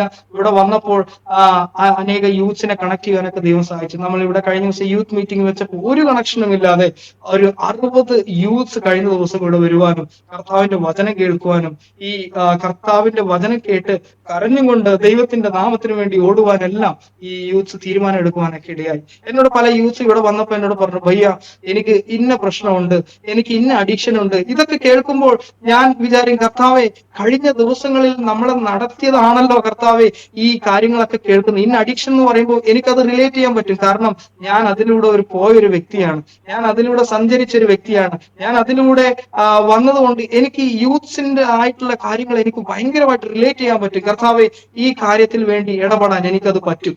അത് എനിക്ക് പറ്റും എന്നുള്ളത് കർത്താവ് തന്ന ഒരു കൃപയാണ്. ഹല്ലേലൂയ. അതുകൊണ്ട് തന്നെ കഴിഞ്ഞ ദിവസങ്ങൾ ഇവിടെ വരുവാനും ഇവിടുത്തെ ചർച്ചിനെ അസിസ്റ്റ് ചെയ്യുവാനും ഇവിടുത്തെ വിശ്വാസികൾ കഴിഞ്ഞ ദിവസം ഞാൻ ഇവിടെ വന്നപ്പോൾ ഞാൻ കർത്താവിനോട് ചോദിച്ചു, ഞാൻ എല്ലാ കാര്യങ്ങളും ചെയ്യുമ്പോഴും പ്രിയ ദൈവമക്കളെ ഞാൻ കർത്താവിനോട് സൈൻ ചോദിക്കും, കർത്താവെ അങ്ങ് ഇത് തന്നെയാണോ എന്നുള്ള ഒരു സൈൻ എനിക്ക് തരണം. ഞാൻ ഇവിടെ വന്നപ്പോൾ കർത്താവിനോട് ആദ്യം ചോദിച്ചു, ദൈവമേ അങ്ങ് ഇവിടെ അയച്ചതാണെങ്കിൽ ഇങ്ങ് അയച്ചതിന്റെ സൈൻ ഒന്ന് എനിക്ക് തരണം. ഞാൻ ഇങ്ങനെ മനസ്സിൽ പ്രാർത്ഥിക്കും, ഈ വരുന്ന സൺഡേ ഒരു പുതിയൊരു വിശ്വാസി കർത്താവെ സഭയിൽ വന്നാൽ അത് ഞാൻ അങ്ങ് തന്ന സൈൻ ആണെന്നും പറഞ്ഞ് ഞാൻ അത് ഏറ്റെടുക്കും. ഇത് ഞാനിങ്ങനെ മനസ്സിൽ പ്രാർത്ഥിക്കുകയാണ്. അങ്ങനെയാണെങ്കിൽ കർത്താവ് ഈ സൺഡേ പുതിയൊരു വിശ്വാസി വരണം. ഞാനിങ്ങനെ ഇത് ഒരാൾക്കും അറിയത്തില്ല, ഞാൻ എന്റെ മനസ്സിൽ പ്രാർത്ഥിച്ച കാര്യമാണ്. പ്രിയ ദൈവമക്കളെ ഞാൻ നിങ്ങളോട് പറയട്ടെ, ഒരു സഹോദരി അന്ന് സൺഡേ സാക്ഷ്യം പറയാൻ എഴുന്നേറ്റിട്ട് പറയുവാണ്, ഇന്നലെ സ്വപ്നത്തിൽ കർത്താവ് എന്നോട് പറഞ്ഞു ഈ സഭയിലേക്ക് കടന്നു. ഹല്ലേലൂയ. അത് ഞാൻ എന്റെ ജീവിതത്തിൽ എടുത്ത വലിയൊരു സൈനായി. കർത്താവ് ഈ ദേശത്ത് കർത്താവ് അയച്ചത് വെറുതെ അല്ല എന്നുള്ള കാര്യം വീണ്ടും ഒരു ബോധ്യത്തോടെ കർത്താവ് അത് നയിക്കുവാനിടയാണ്. ഹല്ലേലൂയ. പ്രിയ ദൈവമക്കളെ ഞാൻ പറഞ്ഞതിന്റെ സാരം, ഈ ദിവസങ്ങളിൽ കർത്താവ് നടത്തുന്ന ഓരോ വഴികളും അത്ഭുതകരമാണ്.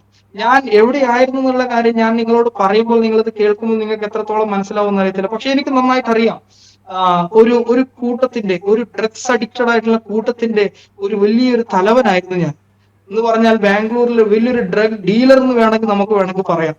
അങ്ങനെ ഒരു സ്ഥലത്ത് നിന്ന് കർത്താവ് വിളിച്ചിട്ട് ഇന്ന് ഈ പുസ്തകം, ഈ വചനം പിടിച്ച് കർത്താവിന്റെ ഈ കൈ കൊണ്ട് ഡ്രഗ്സ് ഉപയോഗിച്ച കൈകളാണിത്. പക്ഷെ ഇന്ന് ഈ കൈകളുണ്ട് കർത്താവിനെ സ്തുതിക്കുവാൻ, ഇന്ന് ഈ കൈകളുണ്ട് ഈ വചനം പിടിക്കുവാൻ, ഇന്ന് ഈ കൈകളുണ്ട് കീബോർഡ് വായിക്കുമ്പോൾ ദൈവ സാന്നിധ്യം ഇറങ്ങി വരുന്നതും എന്റെ കണ്ണുകൊണ്ട് കാണുവാൻ ദൈവമിടയാക്കി. എത്ര വലിയ പാപമാണെങ്കിലും, നിങ്ങളുടെ എത്ര വലിയ കറുകട്ടി പാപമാണെങ്കിലും ദൈവസന്നിധിയിൽ ഒന്ന് ഏറ്റു പറഞ്ഞാൽ ആ പാപമെല്ലാം കർത്താവ് അത് ഏറ്റെടുത്ത് നിങ്ങളുടെ ജീവിതത്തിലുള്ള എല്ലാ കുറവുകളെയും ദൈവം അത് മാറ്റി ദൈവത്തിന്റെ രാജ്യത്തിന് വേണ്ടി നമ്മളെ ഓരോരുത്തരും ദൈവം ഉപയോഗിക്കും. ഹല്ലേലൂയ. ഇതാണ് എന്റെ ജീവിതത്തിലൂടെ എനിക്ക് നിങ്ങളോട് പറയാനുള്ളത്. ദൈവം നിങ്ങളെ ഓരോരുത്തരും സഹായിക്കട്ടെ. വീണ്ടും ഇവിടുത്തെ മിനിസ്ട്രിയെ കുറിച്ച് നിങ്ങൾ എല്ലാവരും പ്രാർത്ഥിക്കണം. ആസാം എന്ന പട്ടണം ഒരു ട്രൈബ് പ്ലേസ് ആണ്. ഞാൻ ഇപ്പോൾ ആയിരിക്കുന്നത് ബോഡോസ് എന്ന് പറയുന്ന ബോഡോ ട്രൈബ്. നിങ്ങൾ എല്ലാവരും കേട്ട് കാണും ബോഡോ ട്രൈബിനെ കുറിച്ചുള്ള, ബോഡോ തീവ്രവാദികളെ കുറിച്ചുള്ള കാര്യങ്ങളൊക്കെ നമ്മൾ ചെറുപ്പത്തിൽ ന്യൂസുകളും കാര്യങ്ങളൊക്കെ കേട്ടിട്ടുണ്ട്. ഇന്ന് ആ ഒരു സ്ഥലത്ത് ബോഡോലാൻഡ് എന്ന് പറയുന്ന സെൻട്രൽ പോയിന്റിലാണ് ഞാൻ ഇവിടെ വന്ന് നിൽക്കുന്നത്. പ്രിയ ഇവിടുത്തെ അവസ്ഥകളെ കുറിച്ച് ഞാൻ നിങ്ങളോട് ഒരു 2-3 മിനിറ്റ് എടുത്ത് പറയട്ടെ. ഇവിടുത്തെ അവസ്ഥകൾ ഇന്ന് കഴിഞ്ഞ ആഴ്ചയും ട്രൈബ്സും തമ്മിൽ ഒത്തിരി ബുദ്ധിമുട്ടി പ്രശ്നങ്ങൾ നടക്കുന്ന സമയത്ത് ഈ ദിവസം അങ്ങനെയുള്ള സ്ഥലമാണിത്. ട്രൈബ്സ് തമ്മിലുള്ള പ്രശ്നങ്ങൾ, ഒത്തിരി ട്രൈബുകൾ നോർത്ത് ഈസ്റ്റിലുണ്ട്. അങ്ങനെ ട്രൈബും തമ്മിലുള്ള പ്രശ്നങ്ങൾ നടക്കുന്ന ഒരു സ്ഥലമാണ് നോർത്ത് ഈസ്റ്റ്. അങ്ങനെയുള്ള ഒരു സ്ഥലത്ത് വന്ന് കർത്താവിനെ ഒരു മലയാളി, ഒരു സൗത്ത് ഇന്ത്യൻ ഇവിടെ വരുന്നതെന്ന് പറയുമ്പോൾ തന്നെ ആൾക്കാർ ഒത്തിരി ചോദ്യങ്ങൾ ചോദിക്കും. എന്തിനാണ് ഇവിടെ വന്നത്, നിങ്ങൾ ആരാണ്, നിങ്ങൾക്ക് നാട്ടിൽ ജോലിയില്ലേ, പിന്നെ എന്തിനാണ് ഇവിടെ വന്ന് നിങ്ങൾ ജോലി ചെയ്യുന്നത് എന്നുള്ള ചോദ്യത്തിന്റെ ഒക്കെ മുന്നിൽ കർത്താവിനെ പിടിച്ചുയർത്തുവാൻ ദൈവം നമ്മൾ ഓരോരുത്തരെയും സഹായിക്കുവാണ്. പ്രിയ ദൈവമക്കൾ, ഈ നോർത്ത് ഈസ്റ്റിനെ ഓർത്ത് നിങ്ങൾ പ്രാർത്ഥിക്കണം. ഞാനൊരു കാര്യം കൂടി പറയട്ടെ, നിങ്ങൾ ഈ കേൾക്കുന്ന ആർക്കെങ്കിലും നോർത്ത് ഈസ്റ്റിൽ വരുവാൻ താല്പര്യമുണ്ടെങ്കിൽ നിങ്ങൾ പ്ലീസ് വന്നാട്ടെ. നോർത്ത് ഈസ്റ്റിന് വേണ്ടി പ്രാർത്ഥിക്കാനായിട്ട് വന്നാട്ടെ, ഞങ്ങളുടെ കൂടെ നിൽക്കാനായിട്ട് വന്നാട്ടെ. ഒരു 2 ആഴ്ചയോ 2 മാസമോ 1 വർഷമോ 2 വർഷമോ എന്റെ ജീവിതകാലം മുഴുവനോ നിങ്ങൾ നോർത്ത് ഈസ്റ്റിലേക്ക് വന്നാട്ടെ. ഫുൾ ടൈം മിനിസ്ട്രിക്കായിട്ട് വന്നാട്ടെ, പാർട്ട് ടൈം മിനിസ്ട്രിക്കായിട്ട് വന്നാട്ടെ. നോർത്ത് ഈസ്റ്റിന് വേണ്ടി കർത്താവ് വലിയൊരു കൂട്ടത്തെ ഈ ദിവസങ്ങളിൽ എഴുന്നേൽപ്പിച്ചുകൊണ്ടിരിക്കുന്നു. ഹല്ലേലൂയ. ദൈവം നിങ്ങളെ ഓരോരുത്തരും സഹായിക്കട്ടെ. ഈ ചെറിയൊരു സാക്ഷിയിൽ നിന്ന് ഞാൻ ഹല്ലേലൂയ കർത്താവിനെ സ്തുതിച്ചുകൊണ്ട് വരും. ദേവദാസൻ അവിടെ ചെന്നിട്ട് ലാംഗ്വേജ് പഠിക്കാന് എങ്ങനെയായിരുന്നു? ഹിന്ദി വല്ലതും അറിയായിരുന്നോ ഇവിടുന്ന് പോകുമ്പോ? ഇവിടെ വന്നപ്പോൾ ഞാൻ പഠിച്ച കേന്ദ്രീയ വിദ്യാലയമായിരുന്നു പഠിച്ചത്. അപ്പൊ ഹിന്ദി ഇംഗ്ലീഷ് ഒക്കെ ഒരു ജനറൽ ആയിട്ട് കുറച്ച് കാര്യങ്ങളൊക്കെ അറിയായിരുന്നു. പിന്നെ ഒത്തിരി വർഷം ഇവിടെ നിന്ന് അങ്ങനെ പറഞ്ഞു പ്രാക്ടീസ് ആയപ്പോൾ ഹിന്ദിയിൽ ശുശ്രൂഷിക്കുവാനൊക്കെ ദൈവം സഹായിച്ചു. ആസാമീസും കുറച്ചൊക്കെ ആയിട്ട് അറിയാം. കേൾക്കുമ്പോൾ എല്ലാം അറിയാം, പറയാനും കുറച്ചായിട്ടൊക്കെ അറിയാം. നേപ്പാളി കുറച്ചായിട്ട് അറിയാം. ബംഗാളി കേൾക്കുമ്പോൾ മനസ്സിലാകും. അങ്ങനെ ഒത്തിരി ഭാഷകൾ നിറഞ്ഞ ഒരു സ്ഥലമാണ് നോർത്ത് ഈസ്റ്റ്. അങ്ങനെ ഒത്തിരി ഭാഷകൾ ചിലത് കുറച്ചായിട്ടൊക്കെ അറിയാൻ ദൈവം സഹായിച്ചു. ഓക്കെ. ഈ കാലഘട്ടത്തിലെ യൗവനക്കാർക്ക് ദൈവവിളി തിരിച്ചറിയാൻ എങ്ങനെയാണ് ദേവദാസനൊരു ഉപദേശം കൊടുക്കുന്നത്? ദൈവം നമ്മെ എങ്ങനെ വിളിച്ചിട്ടുണ്ടെന്നുള്ളതിനൊരു ദൈവം നമ്മളെ വിളിച്ചിട്ടുണ്ടെന്ന് അറിയുവാനായിട്ട് ഞാൻ പേഴ്സണലി ചെയ്തൊരു കാര്യം, ഞാൻ കർത്താവിന്റെ സന്നിധിയിൽ ഇരുന്ന് പ്രാർത്ഥിക്കുകയാണ് ഞാൻ ആദ്യം പറഞ്ഞല്ലോ, കർത്താവ് ഈ ഒരു ബേർഡൻ തന്നപ്പോൾ ഞാൻ 3 ദിവസം ഞാൻ എന്റെ മുറിയിലേക്ക് കയറിയിരുന്നു. കർത്താവ്, ഞാൻ എന്താണ് ചെയ്യേണ്ടത്? എന്നോട് സംസാരിക്കണം. നമ്മളോട് സംസാരിക്കാത്ത ദൈവമല്ല നമ്മുടെ ദൈവം ഒന്നെങ്കിൽ ദൈവദാസന്മാരിലൂടെ സംസാരിക്കും, അല്ലെങ്കിൽ വചനത്തിലൂടെ സംസാരിക്കും, അല്ലെങ്കിൽ ദൈവം നമ്മളോട് സ്വപ്നത്തിലൂടെ സംസാരിക്കും, അല്ലെങ്കിൽ കർത്താവ് തന്നെ നേരിട്ടിറങ്ങി നമ്മളോട് സംസാരിക്കും. ഹല്ലേലൂയ. ഞാൻ പറയാൻ ആഗ്രഹിക്കുന്നത്, നിങ്ങൾക്ക് അങ്ങനെ വിളി ഉണ്ടെന്ന് നിങ്ങൾക്കറിയാമെങ്കിൽ നിങ്ങളുടെ മുറി അടച്ചിട്ടാട്ടെ. കർത്താവിന്റെ വചനം പറയുന്നു, ആരും അറിയാതെ രഹസ്യമുറിയിൽ നിങ്ങൾ കയറിയിരുന്ന് പ്രാർത്ഥിച്ചാട്ടെ. രഹസ്യത്തിൽ കാണുന്ന ദൈവം നിങ്ങൾക്ക് വേണ്ടി അത്ഭുതം ചെയ്യും. ഓക്കെ, നോർത്ത് ഈസ്റ്റില് കടന്നുപോയി ആ ദേശത്തെ കുറിച്ചൊരു ദർശനം ദൈവം തന്നിട്ടുണ്ടെന്ന് പറഞ്ഞു. അപ്പൊ എങ്ങനെയാണ് ആ ദർശനം എന്ന് പറഞ്ഞ സാക്ഷ്യത്തിലൂടെ നമ്മൾ കേട്ടു. പക്ഷെ ഇനിയുള്ള തുടർന്നുള്ള എന്താണ് ദേവദാസന്റേതായ ദർശനം? തുടർന്ന് ഞാൻ നോർത്ത് ഈസ്റ്റിൽ ക്യാമ്പ് ചെയ്യാൻ ആഗ്രഹിക്കുന്നത് ഗുവാഹട്ടി നോർത്ത് ഈസ്റ്റിന്റെ സെൻട്രൽ പോയിന്റ് ആണ്. ഗുവാഹട്ടിയിൽ നിന്നുകൊണ്ട് കർത്താവിന്റെ വേല തുടരാൻ ആഗ്രഹിക്കുന്നത്. ആദ്യം ഗുവാഹട്ടി പോകുമ്പോൾ തന്നെ ഒരു സ്ഥലം കർത്താവ് തന്നിട്ടുണ്ട്. പിന്നെ ഒരു ദർശനം കർത്താവ് തന്നു. ഒരു റെക്ടാംഗിൾ ഷേപ്പുള്ള ചർച്ചിന്റെ ഒരു ദർശനം കർത്താവ് തന്നിട്ടുണ്ട്. അപ്പൊ അതിലുള്ള വിശ്വാസികളുടെ പല മുകളിൽ ഞാൻ ഇങ്ങോട്ട് വരുന്ന സമയത്തും ഞാൻ പല സ്വപ്നങ്ങൾ കണ്ടതൊക്കെ ഈ ദിവസങ്ങൾ ഇവിടെ വന്നപ്പോൾ, കർത്താവ്, ഇത് ഞാൻ പണ്ട് കണ്ട സ്വപ്നം പോലെ ഉണ്ടല്ലോ, ഈ ആൾക്കാരെ കാണുമ്പോൾ പണ്ട് കണ്ട ആര് പോലെ ഉണ്ടല്ലോ, ഈ സ്ഥലം കാണുമ്പോൾ ഇത് പണ്ട് എപ്പോ കണ്ട സ്വപ്നം പോലെ ഉണ്ടല്ലോ എന്നൊക്കെ തോന്നും. കർത്താവ് ഈ ദിവസങ്ങളിൽ തന്ന ദർശനം അതാണ്. ഗുവാഹട്ടി നിന്നുകൊണ്ട് ഈ നോർത്ത് ഈസ്റ്റിലെ പല ഭാഗങ്ങളും ഫോക്കസ് ചെയ്യുവാൻ, ചർച്ച് മിനിസ്ട്രി ചെയ്യുവാനും. ഞാൻ പറഞ്ഞു, എന്റെ ദർശനം കർത്താവ് പാസ്റ്റേഴ്സ് മിനിസ്ട്രിയാണ്. അപ്പൊ ആ ഒരു പാസ്റ്ററൽ മിനിസ്ട്രിയിലേക്ക് തന്നെ പോകാനുമാണ് ആഗ്രഹിക്കുന്നത്. അപ്പോൾ ഡ്രഗ് അഡിക്റ്റ് ആയിട്ട്, ഡ്രഗ് ഡീലറായിട്ട് ഒക്കെ ഒരുപാട് മദ്യത്തിനും മയക്കുമരുന്നിനും അടിമയായിരുന്ന ദേവദാസനെ കർത്താവ് വിളിച്ച് വേർതിരിച്ചു. അപ്പം ഇന്ന് നമുക്ക് കേൾക്കാൻ കഴിയുന്നുണ്ട്, ദൈവമക്കൾ ഇപ്പം പറഞ്ഞ കൈ ഉയർത്തി പ്രാർത്ഥിക്കാൻ പറയുമ്പം യൗവനക്കാരൊക്കെ എന്തോ ചെയ്യും, ഒരുപാട് പ്രാർത്ഥനയും ആരാധനയൊക്കെ എന്നുള്ള രീതിയിൽ ഒത്തിരി കാര്യങ്ങൾ യൗവനക്കാർ ചെയ്യുന്നുണ്ട്, വിശ്വാസികളുടെ മക്കളൊക്കെ. പക്ഷേ അവരുടെ ഒരു ജീവിതം യഥാർത്ഥമായിട്ട് അവരുടെ അകത്തെ ഉള്ള അവരുടെ ജീവിത രീതി എന്ന് പറയുന്നത് ദൈവവുമായിട്ടൊരു ബന്ധവും ഇല്ലാത്തതാണ്. അതിപ്പോൾ അതിനൊരു ഉത്തരം തെളിവാണല്ലോ ജിത്തു പറഞ്ഞത്. അപ്പം അവരോട് ജിത്തുവിന് എന്താണ് ഒരു വാക്കും കൂടെ പറയാനുള്ളത്, ഈ സാക്ഷ്യം കേൾക്കുന്ന അവരോട്, യൗവനക്കാരോട്? ഞാൻ യൗവനക്കാരോട് പറയാൻ ആഗ്രഹിക്കുന്നത്, നമ്മൾ ഈ ചർച്ചിൽ പോയി ചെയ്യുന്നതൊക്കെ അഭിനയം. നമ്മൾ ഇങ്ങനെ ചെയ്യുന്നവരും അല്ലാതെ സത്യത്തിലും ആത്മാവിലും ആരാധിക്കുന്ന യൗവനക്കാരുണ്ട്. അല്ലാതെ ഇങ്ങനെ ചെയ്യുന്ന ആൾക്കാര് നമ്മൾ എപ്പോഴും ആഗ്രഹിക്കണം, ഇത് കാണുന്ന ഒരു കർത്താവ് മുകളിലിരിക്കുന്നുണ്ട്. ഈ കർത്താവിന്റെ സന്നിധിയിൽ ഇതെല്ലാം ഓപ്പൺ ആണ്. എനിക്ക് കർത്താവ്, അന്ന് ഞാനിത് പറഞ്ഞല്ലോ, ഞാൻ ചില പാട്ടുകൾ കേൾക്കുന്ന സമയത്താണ് കർത്താവ് എന്നോട് ഇടപെട്ടത്. ചില ദൈവദാസന്മാരുടെ സാക്ഷ്യം കേൾക്കുമ്പോഴാണ് കർത്താവ് എന്നോട് ഇടപെട്ടത്. നിങ്ങൾ ഇങ്ങനത്തെ ഒരു അവസ്ഥയിൽ കടന്നു പോകുന്ന ഒരാളാണ്, ദൈവം നിങ്ങളെ പുറത്തു കൊണ്ടുവരാൻ ആഗ്രഹിക്കുന്നു. നിങ്ങളൊന്ന് ആത്മാർത്ഥമായിട്ട് സമർപ്പിച്ച്, കർത്താവെ, എനിക്ക് ഈ വഴിയല്ല, കർത്താവ്, എനിക്ക് ആത്മാവിലും സത്യത്തിലും കർത്താവിനെ ആരാധിക്കണമെന്ന് പൂർണ്ണ ഹൃദയത്തോടെ, അതായത് നിങ്ങൾ തീരുമാനിച്ചിട്ട് അടുത്ത ദിവസം തന്നെ പോയി കാര്യങ്ങൾ ചെയ്യുവാനല്ല, തീരുമാനിച്ചിട്ട് കർത്താവിന്റെ സന്നിധിയിൽ തീരുമാനിച്ചിട്ട്, അല്ലെങ്കിൽ നിങ്ങൾക്ക് രണ്ടാമത് ചെയ്യാനുള്ള ഒരു ഓപ്ഷൻ എന്ന് പറയുന്നത് നിങ്ങളുടെ മുതിർന്ന ദൈവദാസന്മാർ, അതായത് നിങ്ങളുടെ കാര്യങ്ങൾ കേൾക്കുവാൻ പറ്റുന്ന, നിങ്ങൾക്ക് വിശ്വസിക്കാൻ പറ്റുന്ന ഒരാളോട്, ഒരു ആന്റി ആയിക്കോട്ടെ, ഒരു ദൈവദാസനായിക്കോട്ടെ, അത്രയും ഓപ്പൺ ആയിട്ട് പറയാൻ പറ്റുന്ന ഒരാളോട് നിങ്ങൾ അത് ഷെയർ ചെയ്താൽ that will be very useful for you. അത് നിങ്ങൾ ഷെയർ ചെയ്താട്ടെ. എനിക്ക് പറ്റിയ പ്രശ്നം എന്ന് പറഞ്ഞാൽ, ഞാൻ ഒന്നും ഷെയർ ചെയ്യാത്തതായിരുന്നു എന്റെ പ്രശ്നം. ഞാൻ ഇതൊക്കെ ഷെയർ ചെയ്യാൻ തുടങ്ങിയപ്പോൾ എന്റെ ജീവിതത്തിൽ പല മാറ്റങ്ങളും, പല ദൈവദാസന്മാർ പറയുന്ന പല ഉപദേശങ്ങളും എന്റെ ജീവിതത്തിൽ വളരെ ഉപകാരപ്പെട്ടിട്ടേ ഉള്ളൂ. ഞാൻ ദരംഗിൽ പോയപ്പോൾ അവിടുത്തെ ദൈവാസനോട് ഞാൻ ഈ കാര്യങ്ങളൊക്കെ പറയും. ആ ദൈവാസൻ പറയും, മോനെ, അത് അങ്ങനെയല്ല, അതിങ്ങനെയല്ല, അതങ്ങനെയല്ല.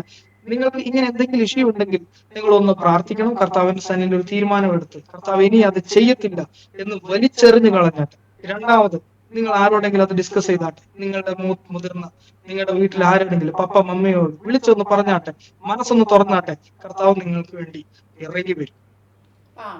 ജിത്തിനെ കർത്താവ് നോർത്ത് അവിടെ ചെന്നിട്ട്, ആസാമിൽ ചെന്നിട്ട് പാട്ട് പാടാൻ ഉപയോഗിച്ചല്ലോ. അപ്പം ഒരു പാട്ട് നമ്മുടെ ഈ ചാനലിലൂടെ ഒന്ന് പാടിയാൽ നമ്മുടെ പ്രേക്ഷകർക്ക് അതൊരു അനുഗ്രഹമായി തീരും. ഒരവസരം തരികയാണ്, ഒരു പാട്ട് പാടിയായിട്ട്. ഞാനിങ്ങനെ കർത്താവിനോട് ഒരു സാക്ഷ്യം പറയുവാണ്. ഞാനിങ്ങനെ കർത്താവിനോട് പറഞ്ഞു, കർത്താവ്, എനിക്ക് കർത്താവിനെ ആരാധിക്കാൻ വേണ്ടി ഞാൻ കർത്താവ് തരുന്ന ഒരു പാട്ട് എഴുതി കർത്താവെ ആരാധിക്കുവാൻ ദൈവം എനിക്ക് സഹായിക്കണേ. അങ്ങനെ ദൈവം 2-3 പാട്ടുകൾ എഴുതാൻ സഹായിച്ചിട്ടുണ്ട്. അതിൽ നിന്ന് ഒരു പാട്ട്, ഇത് ഹിന്ദിയിലാണ് ദൈവം എഴുതാൻ സഹായിച്ചത്. ഒരു മലയാളിനെ കർത്താവ് വിളിച്ച് വേർതിരിച്ച് മലയാളത്തിലല്ല കർത്താവ് പാട്ട് എഴുതാൻ സഹായിച്ച ആദ്യം തന്നെ കർത്താവ് ഹിന്ദിയിൽ ദൈവം പാട്ട് തന്നു. ആ ഒരു പാട്ട് ഞാനിവിടെ പാടാൻ ആഗ്രഹിക്കുന്നു. ജോ ആദി ഹേ जो अंत भी है, जो सृष्टि करता और चंगा करता, तेरी दया है मेरा बल। हल्लेलुया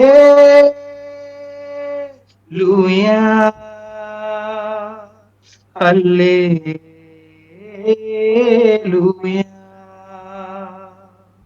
ആരാധന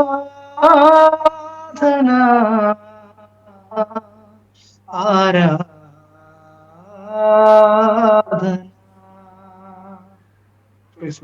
ആമേൻ ആമേൻ ആമേൻ. ഒരു പാട്ട് ഹിന്ദിയിൽ എഴുതാനും അത് പാടുവാനും ഒക്കെ കർത്താവ് സഹായിച്ചു. ആ നോർത്ത് ഈസ്റ്റ് എന്ന് പറയുന്നത് തന്നെ ഒരുപാട് ഡ്രഗ് എഡിറ്റുകളൊക്കെ ഒത്തിരി ഉള്ള സ്ഥലമാണെന്ന് എനിക്ക് മനസ്സിലാക്കാൻ കഴിഞ്ഞിട്ടുണ്ട്. നമ്മുടെ പലരും ആ ദേശത്തു നിന്നൊക്കെ ഒന്ന് രണ്ട് പേരൊക്കെ സാക്ഷ്യം പറയാൻ കടന്നു വന്നിട്ടുണ്ട്. അവരുടെ വായിൽ നിന്ന് കേൾക്കുവാനിടയായി തീർന്നിട്ടുണ്ട്. ജിത്ത് പറഞ്ഞ പോലെ ക്രിസ്ത്യൻ സ്റ്റേറ്റ് ആണെങ്കിലും ക്രിസ്തുവുമായി ഒരു ബന്ധവുമില്ലാത്ത ആളുകളാണ് അവിടെ താമസിക്കുന്നത്. ഒരുപാട് മയക്കുമരുന്നിനും അങ്ങനെ അഡിക്റ്റുകളായി പല രീതികളിൽ പാപത്തിൻ്റെ അടിമത്തത്തിൽ കിടക്കുന്നവരാണ്. അവരുടെ ഇടയിൽ പോയി കർത്താവിൻ്റെ വേല ചെയ്യുവാൻ കർത്താവ് തിരഞ്ഞെടുത്ത് കർത്താവ് പുതുക്കി പണിത ഒരു വ്യക്തിയാക്കി ജിത്തുവിനെ കർത്താവ് തീർത്തു. ഒരു അഭിനയത്തിൻ്റെ അവസ്ഥയായിരുന്നു, എന്നാൽ അവിടെ നിന്ന് കർത്താവ് യഥാർത്ഥമായ ഒരു ദൈവ പൈതലാക്കി. ഒരു കാറ്റ് പോകുന്ന പോലൊന്നൊരു വേട് പറയുവാനിടയായിത്തീർന്നു. അപ്പോൾ അതുപോലെ എങ്ങോട്ടൊന്ന് പോകുന്നു ഒന്നും അറിയാതെ ദൈവത്തിൻ്റെ ശബ്ദത്തിന് പിന്നിൽ ഇറങ്ങിത്തിരിച്ച പ്രിയ ദൈവദാസനെ കർത്താവ് ഉപയോഗിക്കട്ടെ. നോർത്ത് ഈസ്റ്റിൽ കർത്താവ് വലിയൊരു ധീര പടയാളിയാക്കി തീർക്കട്ടെ. അനേകരുടെ വിടുതലിനും അനേകരുടെ ഉയർച്ചയ്ക്കും കർത്താവിനോട് അനേകരെ അടുപ്പിക്കുന്നതിനും വലിയൊരു മുഖാന്തരമാക്കി തീർക്കട്ടെ എന്ന് ഞങ്ങൾ ആശംസിക്കുന്നു. ഇത്രത്തോളം സമയം ഞങ്ങളോടൊപ്പം ആയിരുന്നതിൽ ഒത്തിരി സന്തോഷമുണ്ട്. കർത്താവ് ധാരാളം അനുഗ്രഹിക്കട്ടെ. ഒന്ന് പ്രാർത്ഥിച്ചാട്ട് ദൈവദാസൻ. നമുക്ക് പ്രാർത്ഥിക്കാം. കർത്താവേ, നല്ല സമയത്തിനായിട്ട് നന്ദിയോട് സ്തോത്രം. കർത്താവേ, ഈ ഒരു നല്ല കൂട്ടായ്മക്കായി നന്ദിയോട് സ്തുതിക്കുന്ന കർത്താവേ, ഒരു ഇന്ത്യയുടെ ഒരു അറ്റത്തിരിക്കുന്ന കർത്താവ് ആന്റിയോട്, കർത്താവ് മറ്റൊരറ്റത്തിരിക്കുന്ന കർത്താവിനോടും കർത്താവെ ഈ ദിവസങ്ങൾ ഇടപെടുവാൻ ദൈവം സഹായിച്ചതിനായി നന്ദിയോട് സ്തോത്രം. ഇത് കേൾക്കുന്ന കർത്താവ് പല യൗവനക്കാരുടെ ഹൃദയത്തിൽ അങ്ങ് ഇടപെടുമാറാകണമേ എന്ന് കർത്താവ് ഞങ്ങൾ ആത്മാർത്ഥമായിട്ട് പ്രാർത്ഥിക്കുന്നു. കർത്താവെ, പലരും കർത്താവെ അഭിനയത്തിൽ നിന്ന് കർത്താവെ തിരിച്ചു മടങ്ങി കർത്താവെ ഒരു യഥാർത്ഥമായുള്ള ദൈവസ്നേഹത്തിലേക്ക് കടന്നു വരുവാൻ ദൈവം കർത്താവെ പലരും സഹായിക്കണമെന്ന് പ്രാർത്ഥിക്കുന്നു. ജോയ്സ് ടിവിയിൽ കർത്താവ് അങ്ങ് കൊടുത്തിരിക്കുന്ന വലിയൊരു ദർശനത്തിന് ദൗത്യത്തിനായിട്ട് കർത്താവെ നന്ദിയോട് സ്തോത്രം. പലരുമായിരിക്കും ദൈവദാസന്മാരെയും കർത്താവ് മീഡിയക്ക് മുന്നിൽ കൊണ്ടുവരുവാൻ കർത്താവ് തന്റെ മക്കൾ പ്രയത്നിക്കുന്ന പ്രയത്നത്തെ ഓർത്ത് കർത്താവെ ഞാൻ അങ്ങ് നന്ദിയോട് സ്തുതിക്കുന്നു. കർത്താവെ, ഇതിനോട് കൂട്ടായ്മ കർത്താവ് കൂടുവാൻ എന്നെയും കർത്താവ് സഹായിച്ചതിനായിട്ട് സ്തോത്രം. കർത്താവ് ഞങ്ങളുടെ ഓഡിയൻസിനെ കർത്താവ് അങ്ങയുടെ കരങ്ങളിൽ ഏൽപ്പിക്കുന്ന കർത്താവെ സ്തുതിക്കുന്നു. ഇത് കേൾക്കുന്നവർക്ക് എല്ലാവർക്കും ഒരു ആശ്വാസവും സമാധാനവും വിടുതലുമായി തീരട്ടെ എന്ന് പ്രാർത്ഥിക്കുന്നു. കർത്താവെ, അങ്ങ് വീണ്ടും കർത്താവ് ഈ ടിവിയെ വളർത്തുന്നതിനായിട്ട് നന്ദിയോട് സ്തോത്രം. കർത്താവെ, യോബിന്റെ ലേഖനത്തിൽ പറയുന്നത് പോലെ ഇത് അതിമഹത്തായി മാറട്ടെ എന്ന് ഞങ്ങൾ പ്രാർത്ഥിക്കുന്നു. കർത്താവെ, പ്രാർത്ഥന എടുക്കാൻ സ്തോത്രം. യേശു ക്രിസ്തുവിന്റെ നാമത്തിൽ തന്നെ ആമേൻ.